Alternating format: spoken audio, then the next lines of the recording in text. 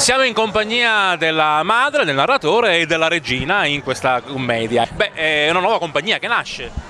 Sì, diciamo che è una nuova compagnia che nasce all'interno in seno di una storica associazione socioculturale che è il Guttuso, però la compagnia ovviamente è neonata, nasce ora con lo spirito di voler fare aggregazione teatrale, sociale, culturale, volendola fare diventare un'agenzia di formazione per tutti, quindi la compagnia teatrale è aperta a tutti, chi ne volesse fare parte può farne parte liberamente, contribuendo appunto al riscatto con la voglia di crescere e di far crescere la nostra Favara. Beh, come si fa in 48 ore a scrivere un testo del genere? E allora, la prima cosa è mettere cuore in tutto, è l'umiltà che ci distingue.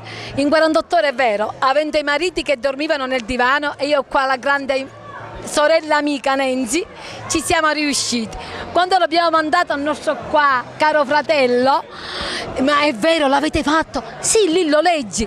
Siamo rimasti una nottata a chattare tutte e tre per la gioia, però ci siamo riusciti. Ecco, con la pesce è vero, quello che dobbiamo fare ognuno di noi.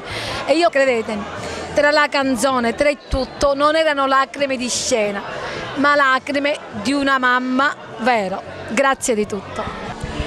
Torno a dire che Lucia ci faceva emozionare anche durante le prove. Io comunque in quest'opera ho tutta me stessa, perché Colapesce è messinese e catanese, quindi lo sento vicino a me.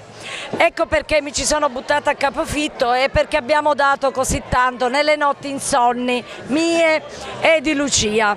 Una cosa devo dire, che finalmente la gente possa godere di queste opere in cui si salvaguardano tutte le cose belle che la sicilianità ha, antiche e di oggi. Come si fa a gestire tutti i nuovi artisti? Una buona parte di artisti. Un po'? E allora, devo dire sostanzialmente che c'è, essendoci molto voglia di fare e partendo appunto dal presupposto, dallo stesso dettato, dallo stesso nome della compagnia teatrale, quindi l'una completa l'altro e quindi noi ci siamo, quindi nella sostanza ci siamo stati tutti l'uno per l'altro e con la piena collaborazione e soprattutto con la voglia di fare senza nessun altro elemento negativo, quindi vogliamo crescere. Ci siamo e vogliamo dare un contributo alla nostra realtà. Nessuno specialista, ma tanti talenti nascosti che sono venuti fuori.